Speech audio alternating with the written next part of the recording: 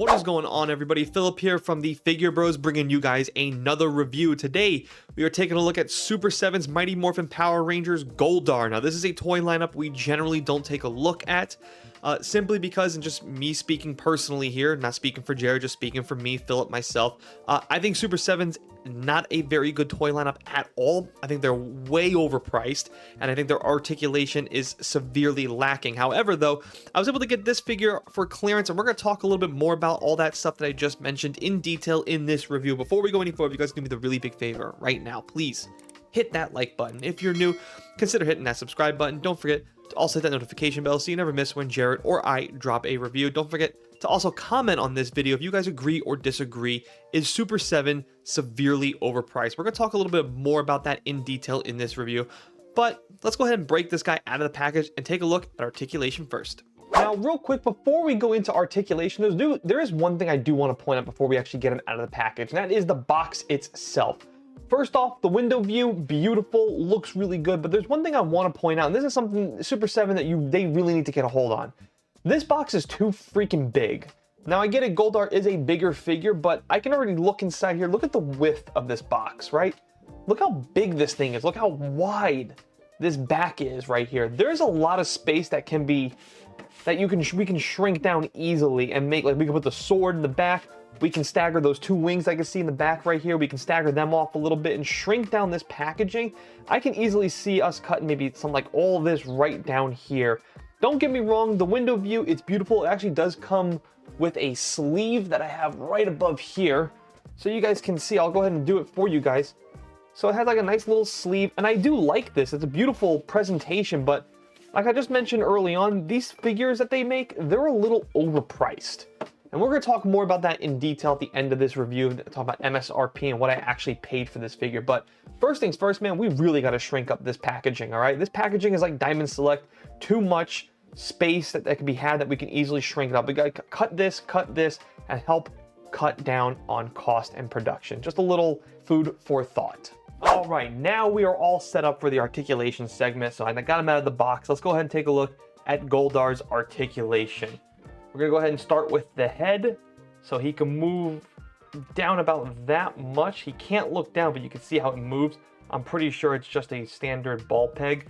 As a matter of fact, I think this pops off pretty easily. Yeah, so there you go. Already pretty much a standard ball peg. And I don't know if the camera's gonna pick this up, but we already have some QC issues. You can see the blue paint already coming right off, already out of the box. You can see there's some chipping, everything else. Not a very, very good start there. So I don't like to see that, because that means over time, all this blue paint's probably just gonna come off. So we get like absolutely no side-to-side action, which is really just pathetic. Don't like to see that at all. So you can move down about that much, and you can look up at nothing at all. So moving over to the arms. So I like that these are rubber parts. I do like that. They're pretty soft. So you can see the arm comes out about that much. You guys can see it's about a butterfly joint with a ball peg inside. Butterfly joint works pretty well. You guys can see it gets a good range of motion.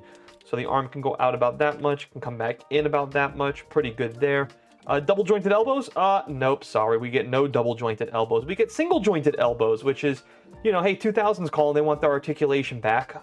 Seriously, like, you guys get pointers from Diamond Select over here. I mean, even Diamond Select finally upgraded. Now, I know some people are going to maybe comment down below, well, Super 7's just started upgrading. Okay, yeah, sure, but boy, kind of embarrassing. So you guys can see, you can also see too, like, these parts right here, because if they were a little softer, you can get a little bit more, but not really good. We do get I think we get a bicep cut, right? Nope, but because of ball peg, you can't move it like this. Hinge for the forearms, yep, we do get that, so that's good. Again, is good to see. I know Super 7 has updated their articulation for their next wave. Torso, which is good because this articulation ain't getting it done. Torso can look down about that much, can go back about nothing. Can it go side to side? Nope. Can't go side to side. What, are you kidding me? I'm going to spend an extra $1 or $2 to make that cut. Going down to the legs. We do get a very, very good split for the legs. I like this a lot. So pretty good there. So that's pretty good. Can kick out about that much. Can go back about that much. And double jointed, I'm sorry, not double jointed knees, silly me, single jointed knees. And again, it would have been very easy for them to just put that cut right inside there, just like an SH Fig Wars. He would have had an easy double jointed knee that could have easily touched his backside. So again, missed opportunity. Ankles can go up about that much, can go down about that much, and its rocker is almost non-existing because he is a bigger of a figure, so I will give him that. He is a little bit of a bigger figure, so ankles about on par with like Mezco. Other problem that I have, so let's go ahead and talk about the look and design, the aesthetics of the figure. You guys can already see there is one glaring problem when you try to put him down. He is not well balanced at all. So there it is. Try to get a good angle for him. There we go. So you guys can see you kind of have to like pivot his torso back. You can't really get a decent pose out of him, which is, you know, not the end of the world for Goldar. He wasn't like doing any dynamic posings on Power Rangers, so there you go. So he does stand pretty well. He's not terrible, which is pretty nice for all that armor piece and stuff like that. Just know you just got to finagle him a little bit to get him to stand pretty properly. Look and design, I will say one thing for Super 7, their paint quality, like the aesthetics that they put in their figure, all the different shadings they put into it, it is there. It's just, you know, man, the articulation really is lacking. So articulation and box presentation are two things that they could probably do to help cut down on costs, like shrink down that packaging, update their articulation. Because again, I'm going to get to the end, the price for this, the MSRP for all Super 7 figures is just too much. But the design is pretty good, I will say that. He does look like Goldar. There's a couple of things I have like a major problem with. First of all, that neck is a little too long for me. Goldar didn't have much of a neck like there. The shadings for all the gold, it's okay. It could have been a little bit better, especially again for the price that we're paying for. If you paid MSRP, I feel your pain. The red too that they also use, I'm not in love with this type of red. The tail, I do like that. That's pretty cool. That's a good design right there. But it needs different shades of gold all around them. It kind of just put that one paint fits all type of stuff, and I'm not you know, not in love with it. Also, to some QC issues, we got a little bit of paint chipping around the head area. So I'll go ahead and put the camera up for you guys so you guys can get a good glimpse of his head. We have a couple of little bit paint chipping. I already mentioned what underneath. We got some blue paint chipping under there too. So a little bit of QC issues, but again, nothing to like absolutely cry about or be like, oh my God, this is terrible. No, but it is there. So just a couple of things that we noticed. The hands, you guys can see, knuckles are pretty well painted there. I like that.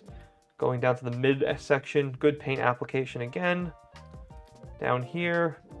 So this is something also too, like you guys can see, like there's the black strap, stuff like that. Not the greatest. They kind of just put that single like black line across it. Could have been painted a little bit better. You can see some of it's half painted here. So there you go. So yeah, look and design, it's okay. It's there. It's not terrible. I definitely say it's definitely one of their stronger suits than articulation, that's for sure. So now we're going to go ahead and move over to the accessories. I think that's where this figure kind of shines. To be honest with you, first accessory we do get an alternative head. I like this facial expression a lot. I'm actually gonna go ahead and put that on this so we can see, because I really do like that one a lot. That's a classic Goldar look right there. So yeah, there we go. I do like this alternative head much better. Yeah, that's really cool. I do like that alternative head. So definitely some points for that one. Really nice alternative head there. Other accessory we do get his wings. So we'll go ahead and put those on for you so you can see how his wings look on him. There you go, the wings and that alternative head definitely make him look a little bit better, honestly. I really do like that look with the wings. So really good, really menacing. Like, I do wish his wings came, like, not out more. I wish the feathers here were kind of down a little bit. Like, I wish they were all this length right here. I don't know why they kind of shortened it up. And that's just me personally. It's not like it's inaccurate or anything. I just do wish that all those wings are the same length or something like that. Or these ones are a little bit longer, and these ones inside here are that same length. Kind of looks like his wings got clipped, you know, somewhere in the middle there. So, like, his wings are half stretched out, but still really good look there. I do like this a lot, and they peg on pretty easily on the back, so really nice there. Other accessories we do get, I remember this is from the episode where Goldar actually steals all their powers and makes them, you know, hand over their power coins, and, you know, when they you know, I think kidnapped the Power Rangers parents, and then Green Ranger had to save them, so I like that there. And of course, Goldar wouldn't be Goldar without his sword. Really nice paint again here too. The quality on this one's actually not that bad. This one is a little warped. You guys can probably see that right there. So that's a little unfortunate. But the weird thing about this sword is, so the top part right here is all this flexible like rubber, right? Where you can bend it easily. Right here, it's not. So like from here all the way down, it feels like it's one solid piece of plastic. And then just up here is where it's, you know, it's flexible. The reason why I say it's a little unfortunate because it is warped. So I'm going to have to try and like maybe get like a dryer, you know, a hair dryer and try to like thin this back out evenly, because you guys can see right here too, it's also warped right about there. It curves a little bit down, so a little weird there, but that's okay. Hands, we get a couple of pairs of hands as well. The first set we get right here, pretty traditional open hand, clawing hands, like those ones as well. Other sets of hands, I'm pretty sure these are just to hold his sword. And then we get, which pretty much feels like the same freaking hands. So we get, you know, 2 sets of the same hands. I don't know why. And then the other things that we get is we get 5 of these. These are called, I believe, the darkness badges, or badges of darkness, I believe. Don't quote me if I'm completely wrong. You get 5 of those. So here's again 2 more, and plus another one right there. These were for the darkness rangers, the rangers of darkness. This is what Goldar uses to activate them. So, you know, whatever. Accessories are okay. What we're actually missing here as far as accessories goes is one thing that Goldar was famously and classically always doing. And what's that? Shooting laser beams from his freaking eyes. That's classic Goldar. Goldar always did that against the Power Rangers. So really missed opportunity to give us, you know, take away 2 sets of hands and give us one more set, another head with the lasers actually shooting out. I think that would have been really, really cool. It's definitely missing here. So I do think that was a really big missed opportunity. Now, before we wrap up this review and before I give my final verdict on this Goldar, we're going to talk real quickly about price, because this is where Super 7 really fumbles the ball all the time. MSRP is $55 for this guy. I'm sorry, I'm just not seeing $55 worth. And maybe you guys can make that argument, and maybe that's you. But for basic single jointed articulation, I get the wings and everything. If this thing was right now, the on clearance price for him is $35. Now, see, for $35, I am all on board with $35. I think there's $35 worth of a figure here, definitely, especially if you're going to give us single joints. Now, I know Super 7 has already announced that they're going to update their articulation. We've already seen, I think their turtle lineup is already double jointed, so that's definitely a step in the right direction. But they definitely got to shrink down the box, so they can then hopefully shrink down that price. If they can get this price at MSRP at like 45, then I'm with double joints and stuff like that, and updated articulation with the same kind of paint application, the decent amount of accessories you get with. I am all on board for that. If that's what the direction they're gonna go, which is hopefully the direction they do go, I'm on board for that, and I can really get behind a lot of Super 7's figures. If they don't do that and they continue to go down this direction, I'm just gonna continue to criticize them for what they are, overpriced and not worth it, and just keep doing what you see people doing now, and that's buying Super 7 when they're on clearance, which just seems to be every day. So with all that being said, my final verdict score on this Goldar to wrap up this review, I'm gonna give him a 73 out of 100. The 2 things they really do well with this figure is the fact that it does look really good. Like, I gotta give them definitely an ace for that one. The look and design of this Goldar, I mean, Hasbro couldn't make a Goldar that looked like this for 20 bucks. They just couldn't.